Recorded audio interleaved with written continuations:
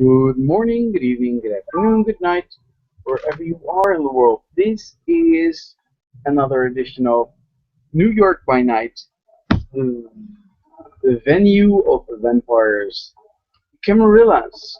We find ourselves after dodging and going along a lot of security issues. We standing in front of a large double door. It's a modern door in a very old building. In front of the modern door, there is the mustache-wearing man. He is looking very serious, almost a little bit too uptight. He is he just let in two Kingsmen, two noble blood Ventru, two Camarilla Ventru, who are very much willing to talk to the prince about their subject. The mustache man does not know. However, the prince knows.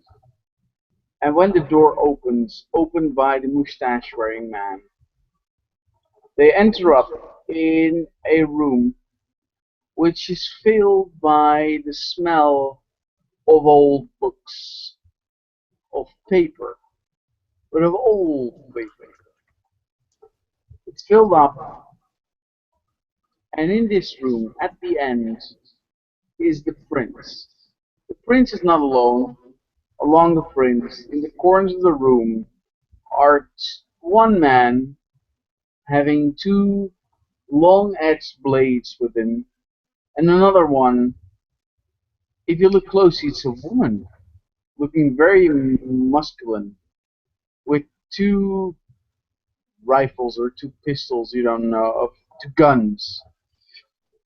And as you approach, as your entrance is completely free up to run to the prince if you wish, there's a man behind a desk looking down. He is dressed in green, army green, as Maximilian knows with his background. This is the color of what you would see in the Second World War, color of, say, a colonel, or at least a major. He is dressed completely. It's not the dress uniform for the parties, but actually an active uniform, which you can actually move in. You can see the gold insignias, or the gold-colored insignias. But so far, he's looking straight at you. He's looking very businesslike.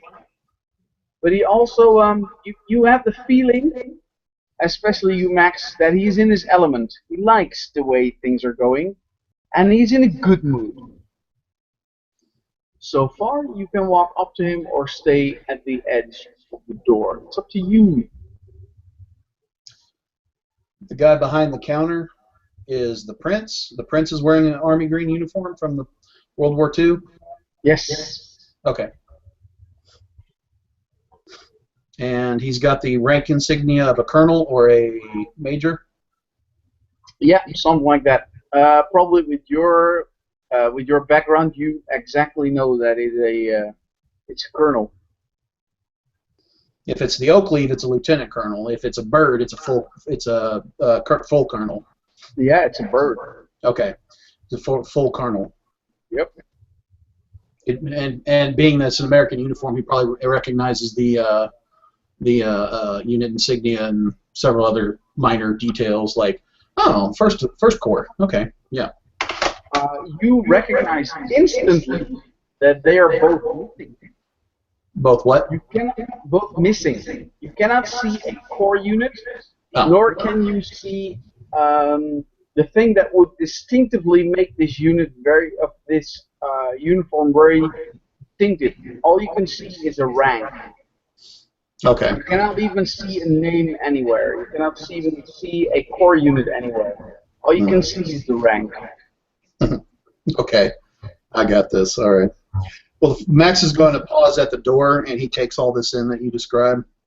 He turns his head towards Mr. Braddock, and he says, leans over to Mr. Braddock, and he goes, "I think I got this. Yeah, I got this." Max will stand straight, tuck his uniform or his suit. It's his regular business suit, and he will walk up to the colonel, the prince, and he will walk up and he will stand at attention. And when he walks up, he's not trying to be quiet. He's making sure the his shoe heels click. That I don't have hardwood floors in my room, but he makes sure his shoe heel clicks as he's walking. You're making an entrance of a soldier-like posture. Exactly. That's a good way to put it. Making an entrance of a soldier-like posture. As he does, he will stop about 3 yards from the prince, about 10 feet, 3 yards, somewhere in there. And he will stand there. The prince, although in good form and in a good mood, you can see that he's in a very relaxed mode. And he will look at Mr. Braddock and see what he does. That's a good question. Mr. Braddock will just hang back. This is between the Primogen and Prince. Mr. Braddock is here as a whip, just in case the clan needs to be informed. Whip and witness. Assistant, if you will. Yeah. The prince, however, looks at Mr. Braddock and smiles. He smiles a very genuine smile. If you want to roll empathy, that's fine. But it's truly honest. He's happy to see you. And he's signaling you forward. He wants you to step at least one step behind Mr. Hardcastle, as he wants to look at you both. The Prince wants it, the Prince gets it.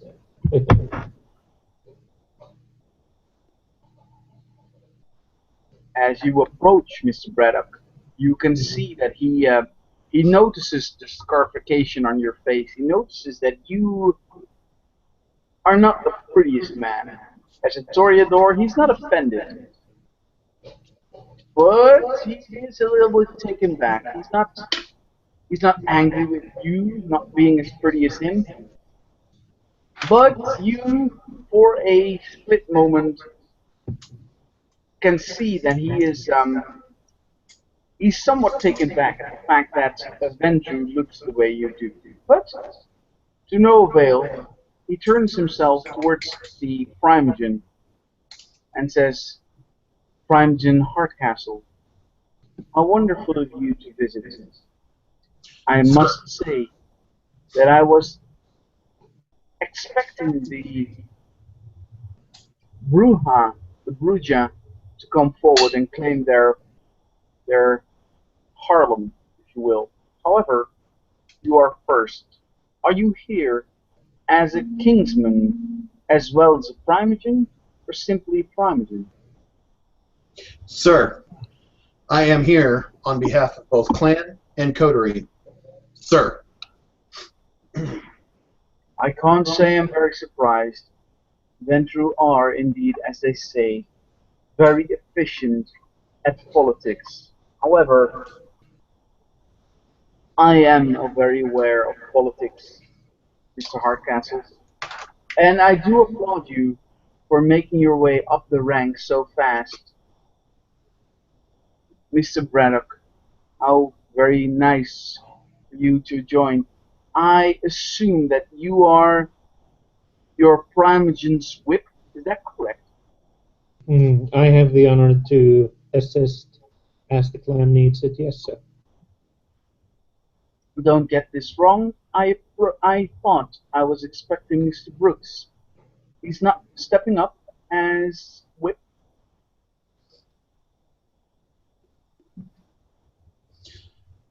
Sir, Mr. Brooks has declined the position, sir.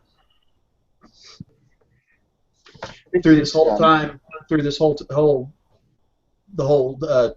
talk that the prince has been doing, Max has not moved. He has remained at attention the entire time. I know.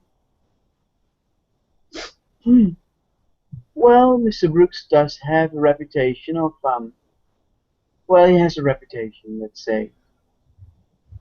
At ease, Mr. Hardcastle. I'm sorry for not showing you that particular gratitude as a soldier as you are. Max will put his hands behind his back and his feet go exactly shoulder width apart.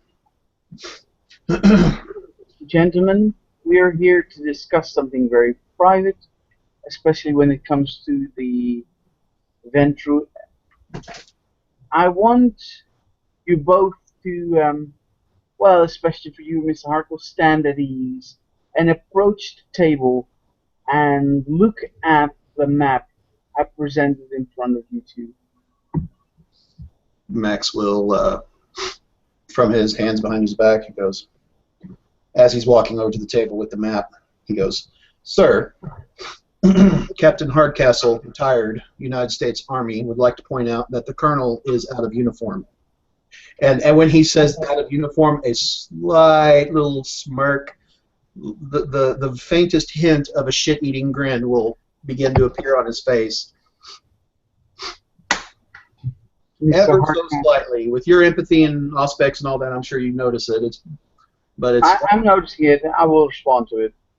Mr. Hardcastle, I am used to war times. However, I'm a little bit uncomfortable in this uniform. I much prefer a different one. I did not hold this rank. I had this one made especially for me. She is a wonderful tailor, and she knows her uniforms. You much just name a rank and time, era, and land, and she will make it for you as if you were stepping into that era. Every fabric is wonderful as it is. Every color is sublime. She even, if I would wish it, delivered the rifle according to its age, according to its maker. Everything. She is amazing like that. Her uniforms are her forte, and as you can see, they look amazing. And he actually, well, I wouldn't say twirl around, but he shows it very, very vividly. He's very, very happy to show it also.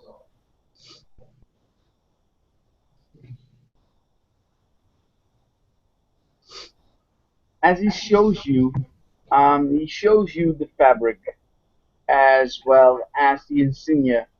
You can see that the insignia are rather old. Even Breda can see that those insignias are old. They are exactly from the time frame. There's no time and money. There's time and money into getting those specific insignias. And as you can see, there's a colonel insignia. You can also see that the uniform is complete, except for the indeed insignias and badges. It has to do with the fact that he was in a unit, or the two uniforms should be in a unit. As you step closer, you can always say, also see that this one is made. It's too new to be from that age when it comes to the fabric. However, the uniform itself looks exactly like those times, only like it was made, say, no more than 3 years ago.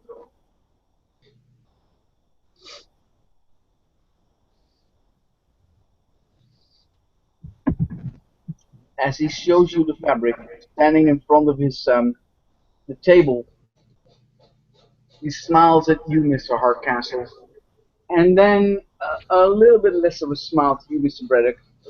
Um, you think it must be because you are the appearance that you are, and he is a Toreador. He likes beauty in any kind. And then he steps, please, gentlemen, step forward and look at the map.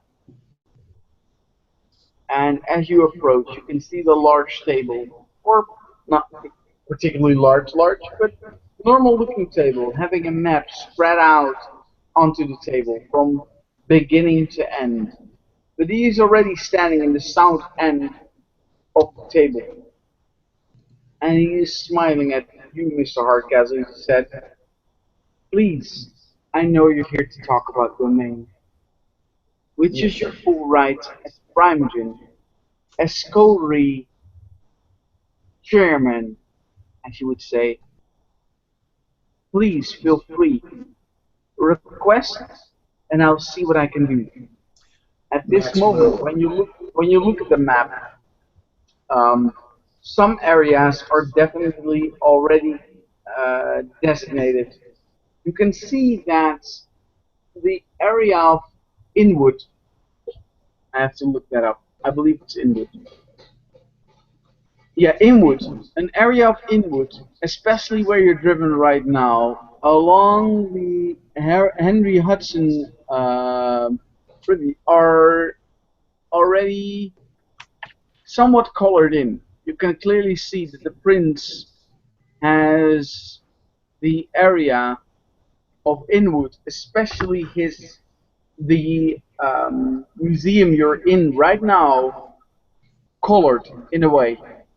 It has a blue color, a soft blue color, and the soft blue color indicates, probably you can assess that it indicates an area that the prince has claimed, as well as in the south side you can see there is a large judicial building that the prince has also claimed. Also another area more into the civic center, which is also being claimed. I believe that's one of the larger judicial areas. Actually, it's not a large area. It's just a primal building. So technically, he is colored in three different areas. A very large judicial building where civil rights are being held. He colored out definitely the museum you're at. Obviously, all the Elysiums are colored out, but there are definitely only buildings, and they're all in blue. And last but not least, the museum is colored in. When you step in, when you look at that map, that's the first thing you will see.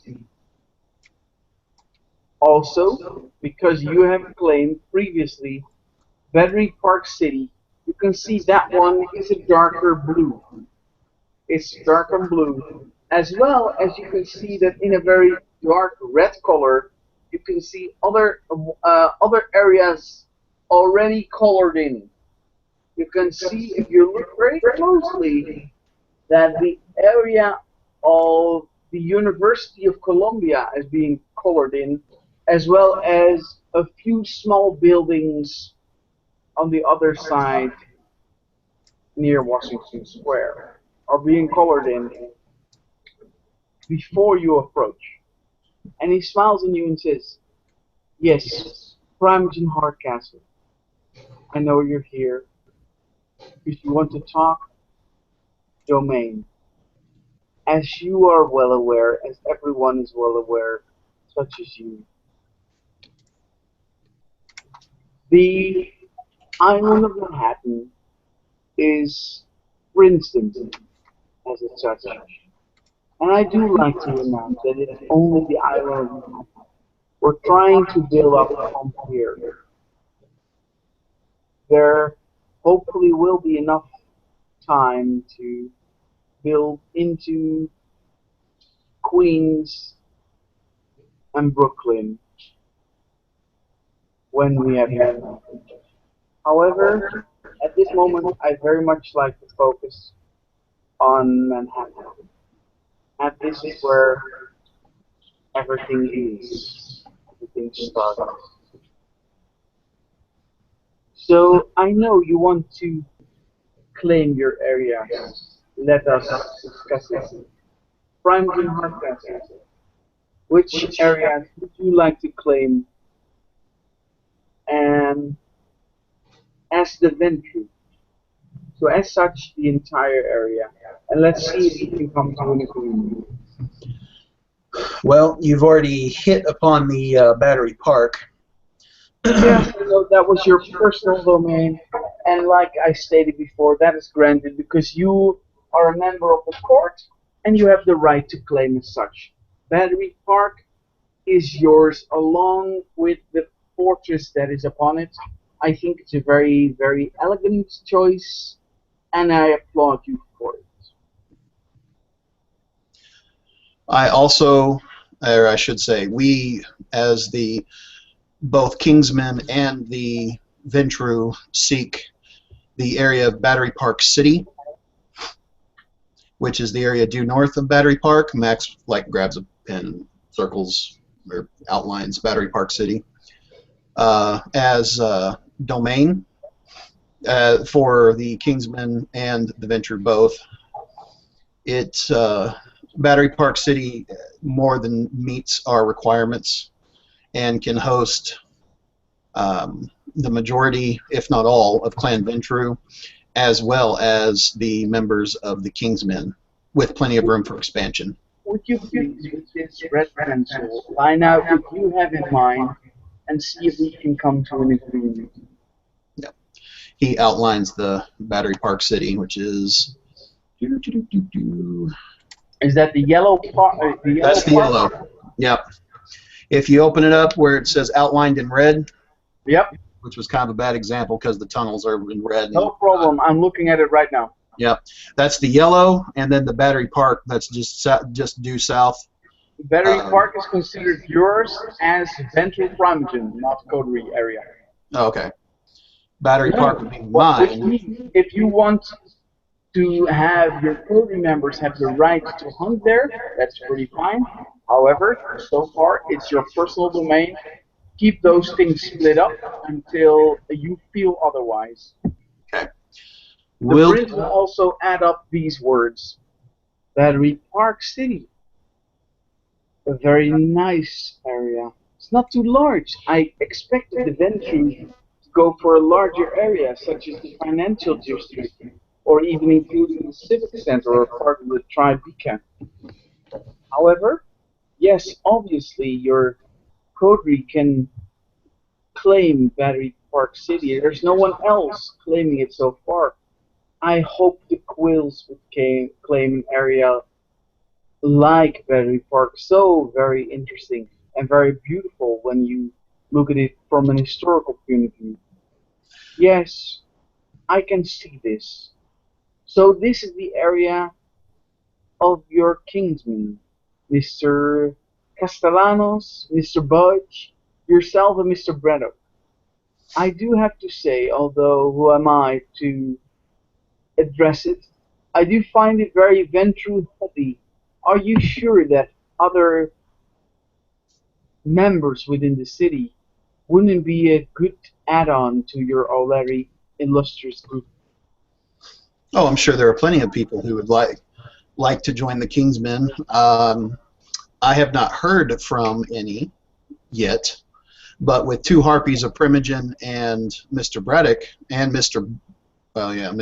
Braddock being members, I seriously doubt we will only be a coterie of 4 for much longer. I think you are a wonderful addition to the city. Although I must say I'm very surprised, Mr. Hardcastle, that you as a Primogen would join a group of neonates. However, I do consider you're very ambitious, as it's rightly so within the Ventru, I believe. So yes, obviously, without further ado, by the Prince his voice, and by mine personally, the outlined red area of the Ventru, colored here by you personally, Battery Park City, is now proclaimed as the area of the Kingsmen. Coterie the Kingsmen. Thank you.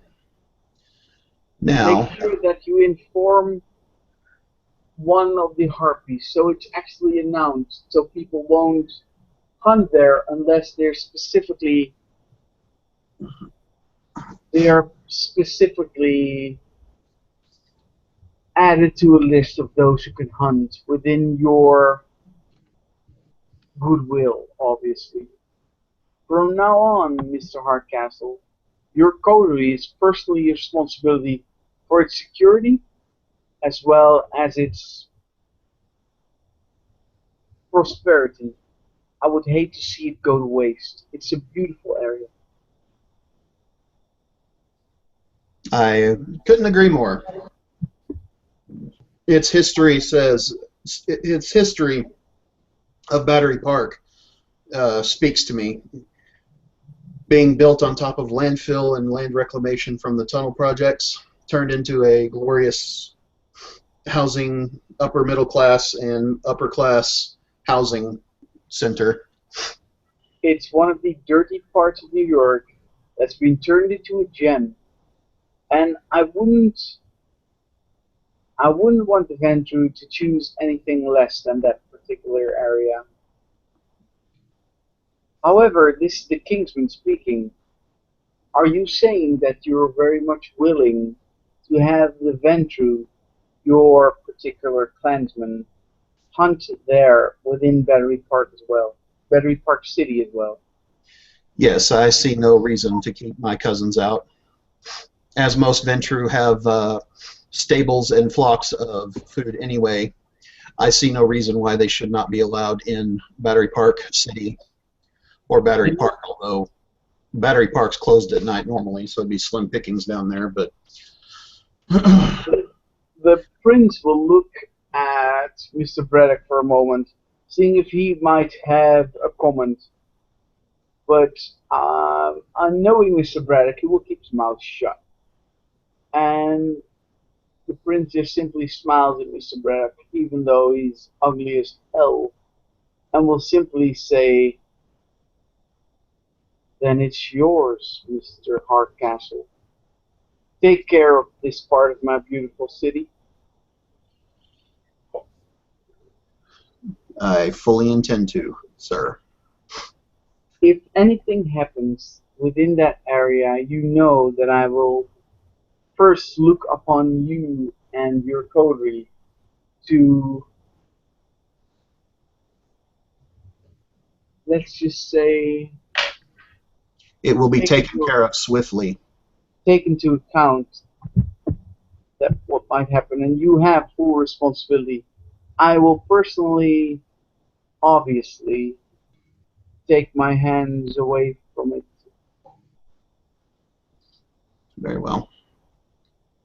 Now, as for haven and feeding grounds, Mr. Brooks, the esteemed elder of my clan, has a place that he would like to stake out for haven and feeding grounds. He's Before you continue, the fact that you call him an elder, although he's elder within your area clan, Mr. Witt looks surprised. The prince looks surprised you call him an elder, though he doesn't say anything. He doesn't notice you use the word. So continue. I'm just giving you that. And he might even notice a thin smile from Leo at that time. Please continue, Max. okay. Broke my train of thought there. Yes, Elder Brooks. Clan. Elder Brooks has put his eye on an area that I've lovingly called State Bridge and Whitehall Towers. It is an area that is right next to the Battery Park that he would like to stake out as his personal. He didn't say the word domain, although because he wants to use it as feeding grounds and just to have as a haven area, but not so much. I understand. Seeing as you call him elder, I understand that he uses other words than you to describe what he wants. He must be one of the older kindred within the city. I cannot other do but respect his ideas. And yes, as a venture, you can claim this area. Seems reasonable. You do know that whichever area he or you claim, that if you want to keep it, if you want to keep it under your control, if you want to make sure that everyone does what you want and not entice too much upon your privacy, usually bribes are enticed. But if Mr. Brooks and yourself obviously are willing to pay those in charge of the neighborhood, I grant this area looks like important. However, I believe that the area does conclude the Liberty Mutual of New York. This is a very interesting area. It has much to do with financial and private attorneys. I do know that he is a lawyer, but this is financial. Can you guarantee me that he will keep the financial aspects of this city well on its way? And he looks at you very strongly, Mr. Hardcastle. Well, Mr. Brooks,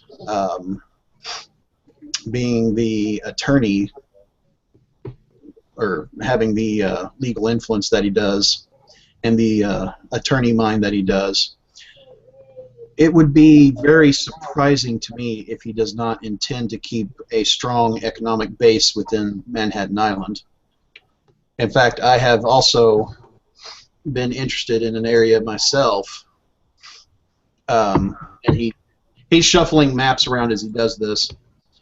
The what was that at? 40 or 60? No, it's 60. That's right. Of 60 Wall Street, which is run by a Deutsche Bank, the very large office building on Wall Street. And my... You mean the Deutsche Bank? Yes. My mistake. My mistake. Don't worry. I don't speak German. Max does. I don't. We are all encumbered by language sometimes. Yeah. I do not hold it against you. I know you're from Germany, and you're trying to adjust here. I understand that you mix up languages sometimes.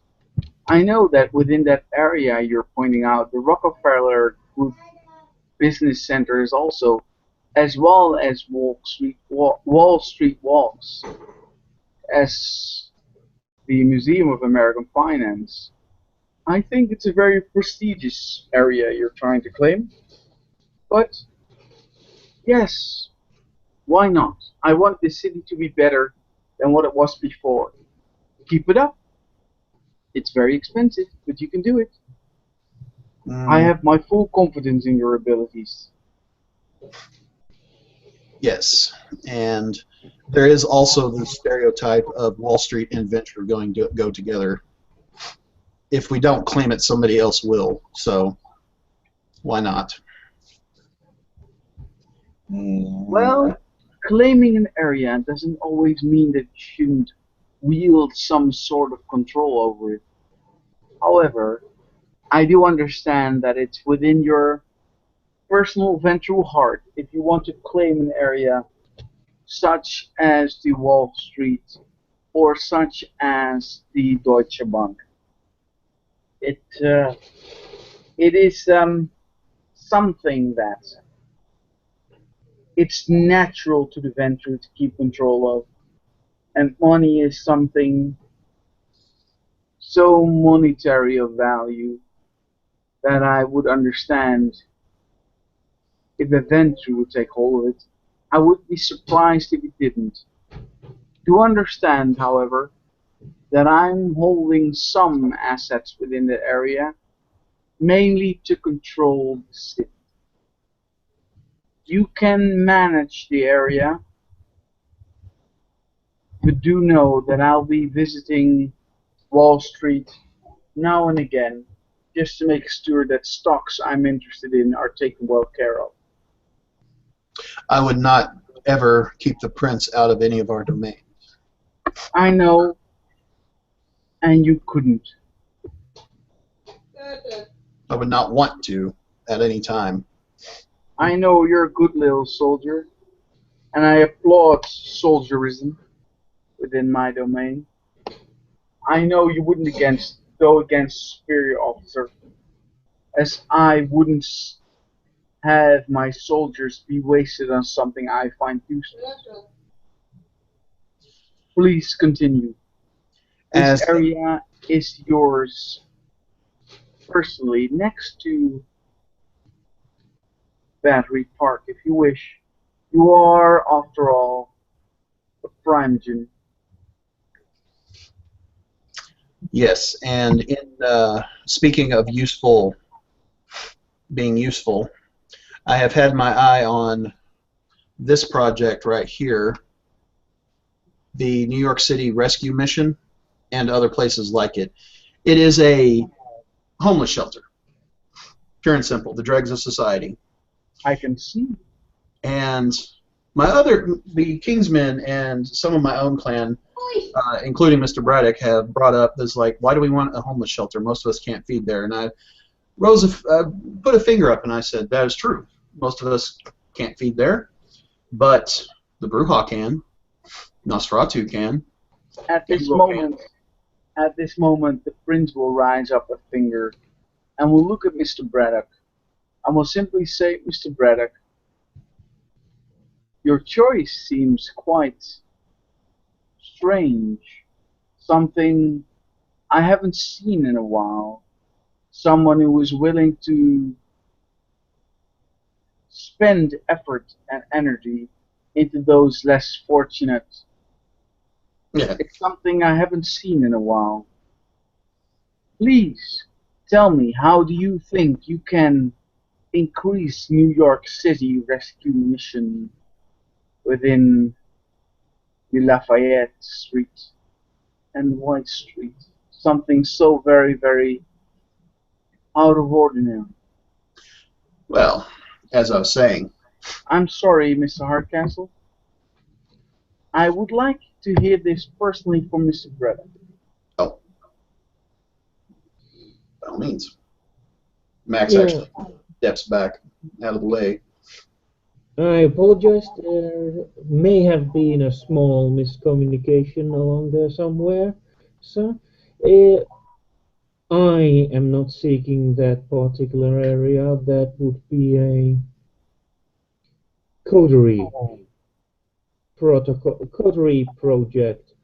However, I do see some very specific benefits to the people who need to rely on that area. Where my personal interest to be moved along, because I see the need and indeed the benefit for the medical community to do pro bono efforts for the good of the city.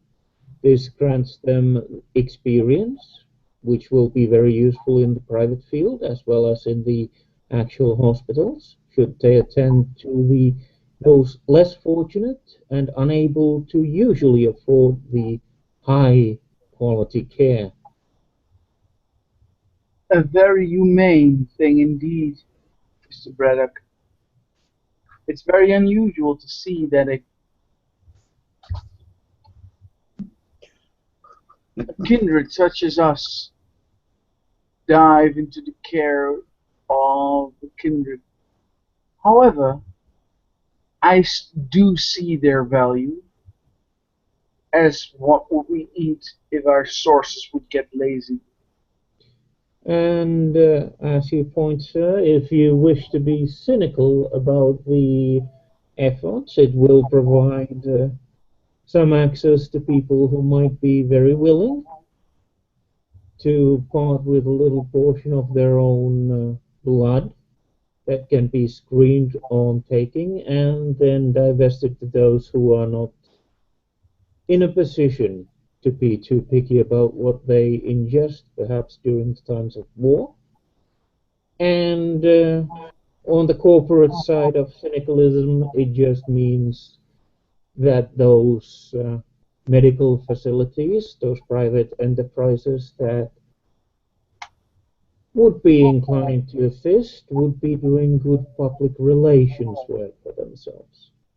If you can promise me that you can find within that trash and rabble and junky business any unscathed gem, say every month, someone who is actually trying to dig her way up from the background into something useful.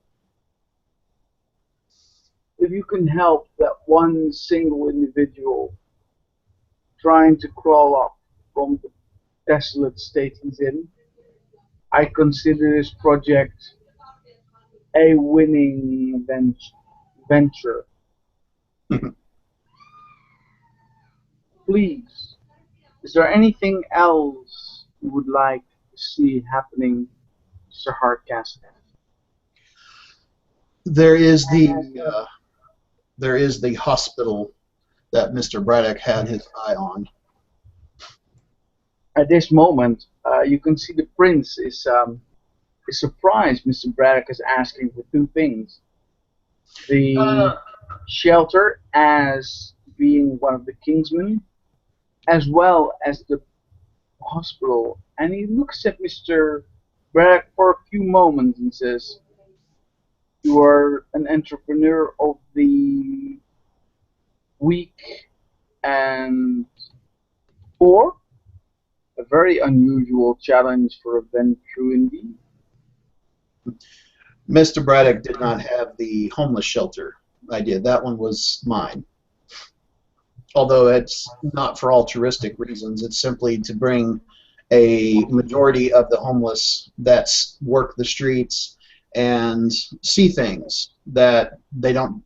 They distrust cops. They don't talk to people, but they can talk to us because we're friendly like that. And I can see the effort. And and also, if we require blood tests from time to time of the less fortunate to make sure that they're eating healthy and staying off the smack. In other words, we basically they donate blood once every other week in exchange for basically 3 hots and a cot. And of course, we screen the blood to make sure there's no impurities or anything like that that would harm us. But generally, we use that as a blood reserve. Or if a gangrel or a Bruja or a Nosferatu or a he kind of pauses, looks to the prince, a Toreador, if they decide to be swimming that night, wants to go and feed. Now they can feed in relative safety and quiet, assuming keeping the first in mind. That's a very, very active entrepreneurism of yourself, as I should say. Something that does not have to do with the welfare of the city or its inhabitants, human life or other, but purely has to do with monetary funds. Is that what you're saying?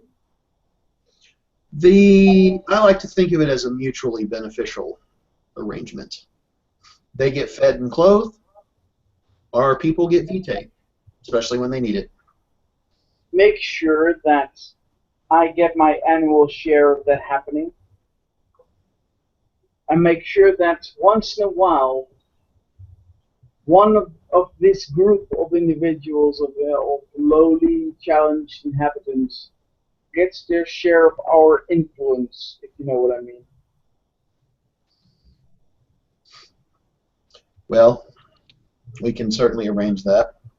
Perhaps if being that it's a homeless shelter, the social workers of New York City may have a job, and the people who are building themselves up out of the gutter and into something more productive, maybe they can get pushed in the right direction, or pushed in our direction. Even though, Mr. Hardcastle, this particular group of individuals will have eyes and ears on the street you and I couldn't get in 100 years. They have such intricate ways of communicating, also finding their way around the states somewhere. It wouldn't hurt us, you and me, and we, kindred alike, to find the right way for this group to be of use. They travel the most of all New Yorkers, and I would love to see them put to good use. They travel to Brooklyn, Queens, Staten Island, Jersey, and Manhattan. I believe at this moment that those who are looking for shelter, looking for information, looking for food, are the people we should invest in. Oh, I was just planning on tapping them like cattle, and you want to employ them as recon. Very nice. I'll definitely put that on the docket. You have my blessing as Prince to start up a reconnaissance organization so we can have eyes and ears in the city. That is a very good idea. Mr. Braddock, why don't you note that down? We'll have to discuss that, how to implement that. That's very interesting. So noted. Anybody looking at Braddock might notice that he isn't doing anything to note it, just stating it. For your information, if you look at the Prince, he will just simply nod as something that you will know you will remember, because if you don't, your Primogen will frickin' kick your ass. So, the Prince will continue and look over the map and say, you've chosen your areas.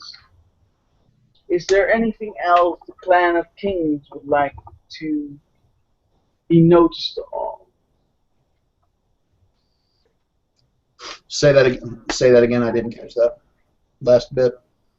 Is there something else you are willing to share to the Prince at this moment?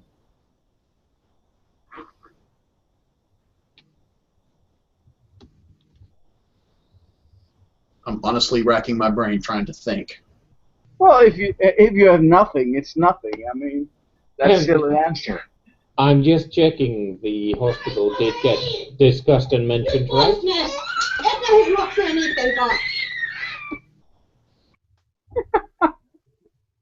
I'm sorry, Katie. Did I make too much noise? A momentary escapade. You're excused, Mr. Braddock, if you need to take care of your oh, see, it's already done. Oh, perfect. Max will go, oh, yes, there is one, not as a Ventrue or a Kingsman, but as Maximilian Hardcastle of Clan Ventrue. Primogen, then. Primogen, if you will. There is the matter of Mr. Noble, most interesting fellow. Mr. Jackie Noble? I know that he's looking forward to get into contact with me to arrange his introduction. Are you stepping forward, Mr. Hardcastle, to announce his presence already before I see the person? Well, Prince DeWitt, that is very interesting. So he has not met you? Not yet.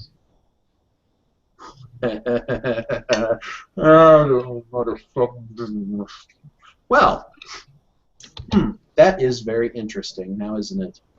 However, one of the Harpies has mentioned that he is very much willing to meet me, as he's trying to get an arrangement. However, that you, Mr. Hardcastle, mention his person being within my city is something I find most interesting, because I believe him to be part of the clan of the Broken Mirror. However, you are kings.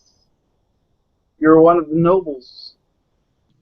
To be connected with one of the Broken Mirrors, while they have, as I believe, a large number within the city now, seems to me as quite surprising.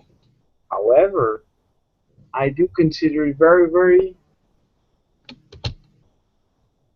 political of you to step in and take care of one of their own, to teach them, because I'm sure you would only step in as Primogen if you had something to gain from it, and teachership could gain you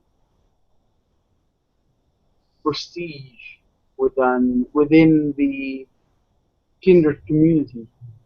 Well, that's actually interesting that you would bring that up, Prince DeWitt, because he's kind of let it slip to me on more than one occasion that you've already met him, and now I'm being told that you haven't met him. Oh, I've noticed him already. At this moment, he snaps into his fingers, and the mustache-wearing man, the man who opened the door, is skipping forward, almost like an informant, to say that, to share his information, so to speak. And he picks up on a mistake the prince made, and he's like, "I believe you met him. Can't you remember? It's a shy fellow." And the prince nods and says, "Well, I do believe I've met him once. He seems to be very reclusive of his nature, a very interesting mirror." So then, am I correct in understanding that he has the prince's acknowledgement to be within the city? He is acknowledged, although do I understand that you are picking up his mentorship, since that you are stepping out and speaking in his name, as of you also acknowledge him as Prime? I acknowledge that he could be he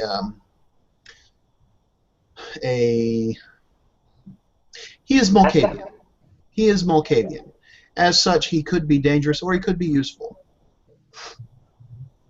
And since he was new, I thought it best to take a interest in him to make sure that he's not a threat to either the first or any of us.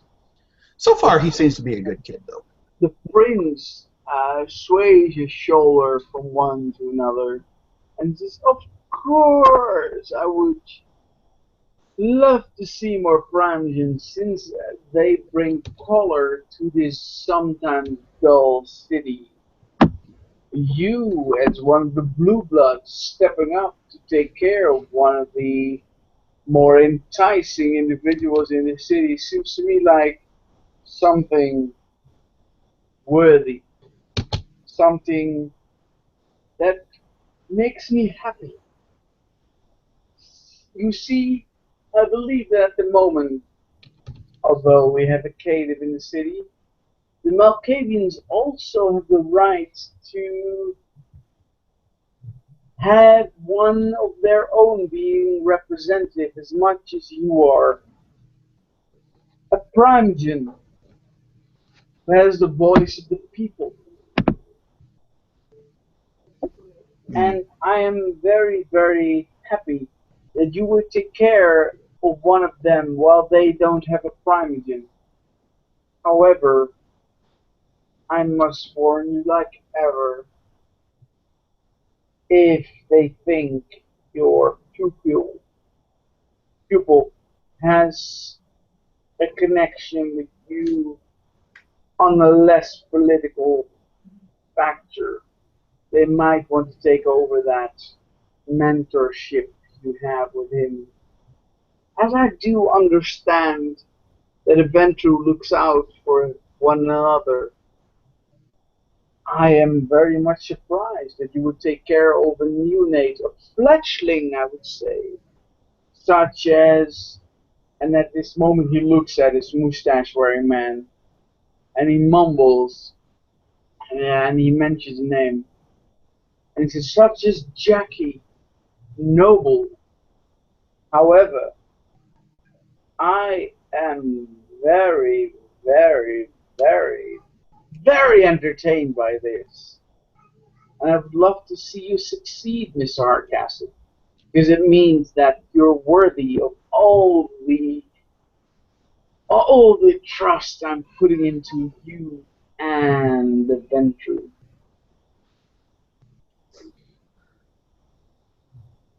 Well, I'm glad I can at least entertain the prince, if not live up to his expectations. You know, Mr. Hardcastle, that within this city there has been a Nosferatu prince, a Ventru prince so far, but there's never been a Toreador prince, except for those few seconds when somebody tried to take over an elder, but not with the contacts I have,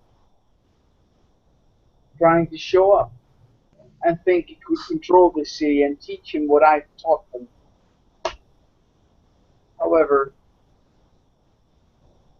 I'm very much looking forward to, especially the Tremere, the Toreador, and the Ventru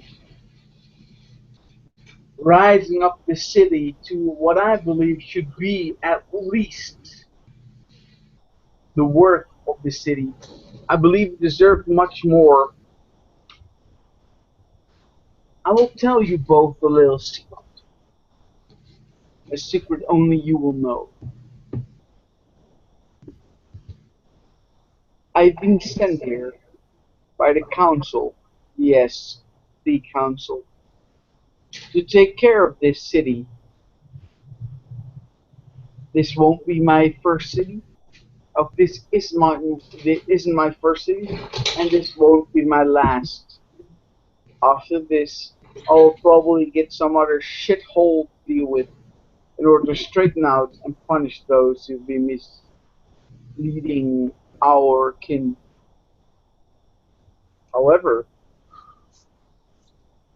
within a month or 3, maybe 6, there will be another who will take my place. I'm not here forever. I'm simply sent. As you can see around you, gentlemen, you can see that the city is finally taking shape as it should be.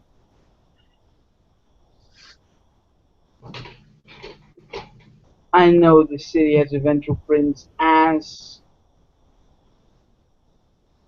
Mr. Peterson has been a very, very close friend of me.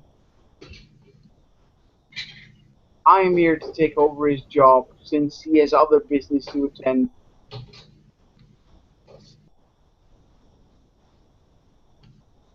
But I am very, very strict.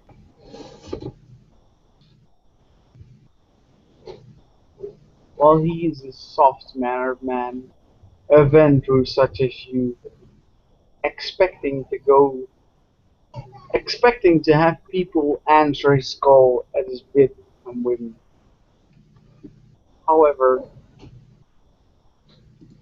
within 6 months, a very short time for a prince or for a vampire such as the kindred as yourself are, we will, as a city, have to choose a new representative prince, but only if the city can come up with at least 80% of what I consider to be a Primogen Council. But if this happens, gentlemen, there will have to be a new prince chosen, which I will assist in the beginning, but I do understand, and I will teach him or her what a city needs. Until that time, I must advise you both, being of the noble blood, that this is coming. I will advise the Tremere and the Toreador also. I know those bloodlines must be well informed because they have more than 90% of the princes I personally hold dear. So, is there any other area you, Mr. Hardcastle, would claim? Not at this time. I believe our numbers are sufficient for what I have asked for. No more, no less. If you get another Ventru or another Kingsman within the city, do not hesitate to call up to me. We'll have a meeting. I believe Mr. Castellanos also has his eye picked out on something, but he did not feel that during our meeting it was the right time to bring it up. So I'm assuming that's code for it needs to talk it over with the Tremere. That's my Like assumption anyway. like everything else, Mr. Hardcastle. The Tremere are a special breed. I've seen you added yourself within their numbers, and I must say, since the moment we shared our full capacity within the Tremere, they have aligned themselves along with us.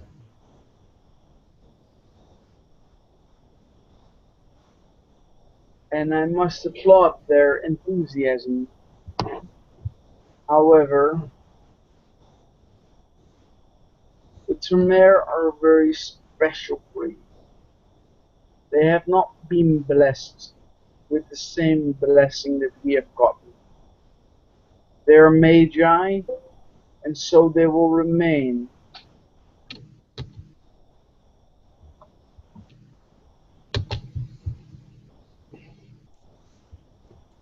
However, as so far, they have not turned down me or the entire clan of Tremere, hugely enough to be any sort of abruption. Furthermore, I have my doubts for a moment about Victor being very, very strong,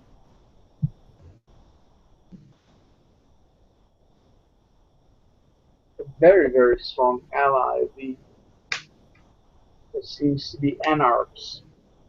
However, seeing as the last person he returned seemed to didn't like him at all, I think we're just fine at this moment. Our city's thriving.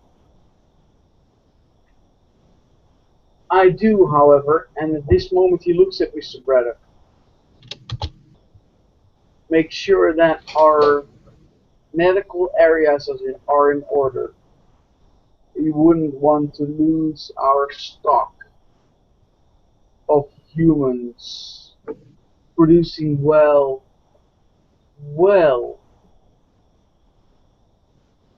stocked blood, as well as anything other. Wouldn't you say, Mr. Braddock? An ounce of prevention is worth a pound of cure. So.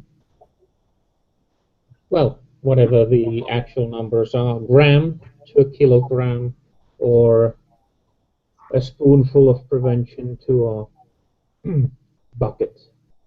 Where I come from, everything is measured into the gram. But I do understand, as I hope you would understand. Mr. Um, Hardcastle, is there anything you would rather want of me? I'm sorry, I didn't catch that. Mr. Hardcastle, is there anything you would rather want of me?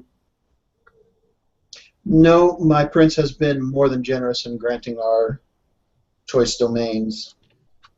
It is rather unfortunate the Bruja have not stepped up. Although I do understand that Limey is busy capturing Nosferatu serial killers or something to that effect. Yes. But I do not feel privileged to make him Framigan instantly.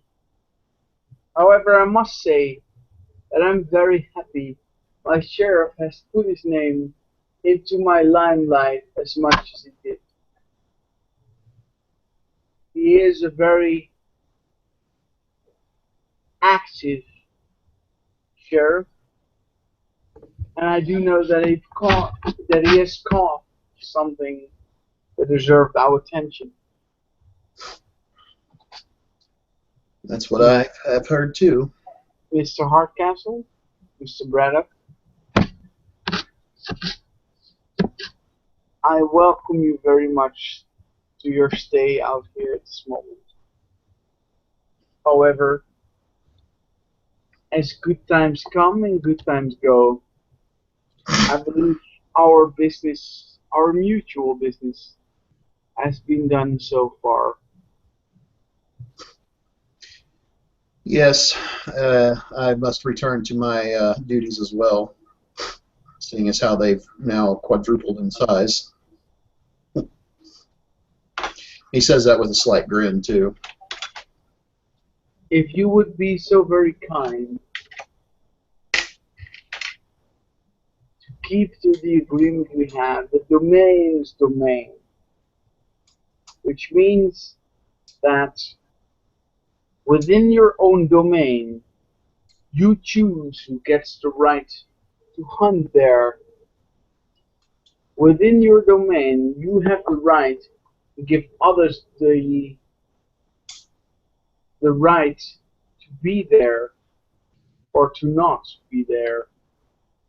However, deaths I do not easily allow, even within trespassing. However, if wounds would be owed to the person trespassing within your domain, I do allow that.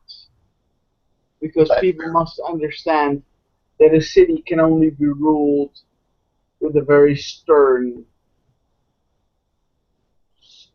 voice of yes and no. From now on, your very, very closed up personal domains within Berry Park, the financial area which you perceive, and the Berry Park City are yours. Max will offer a slight bow. Thank you, my prince. Please, could you ask or request the party within your ranks to assist or entice the Bruja to do the same, and the clan of Malkath? Because at the moment, I'm not surprised that you are the first, because you are the kings within our area. The Rose is very surprised that you haven't picked up your own area of domain.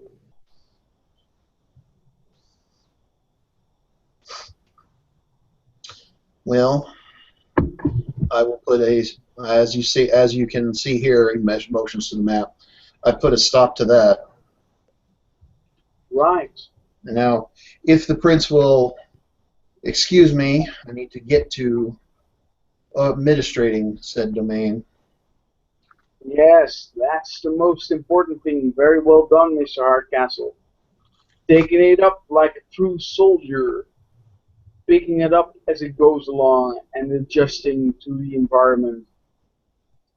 Changes have been made today, gentlemen. I do applaud you for taking very affirmative action. And I wish you all a very, very good night. My prince, you have but need to ask, and we shall serve. And he offers a bow as he gathers up his notes back into the accordion folder and tucks it under his arm. Offers another bow. Good evening. I wish you the very best. Then, as he says that, he looks at Mr. Braddock.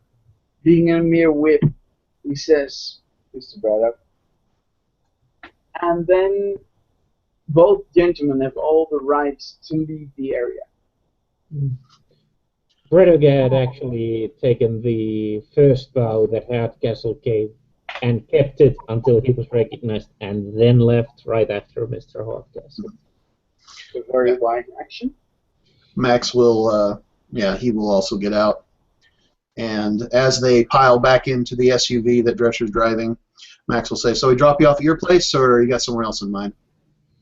Oh, I was going to play a little game at one of the local joints. If you can drop me in that corner over there, I'll walk the rest of the way. Very well. Drescher. Yeah, boss, we got it. And they drive off into the night.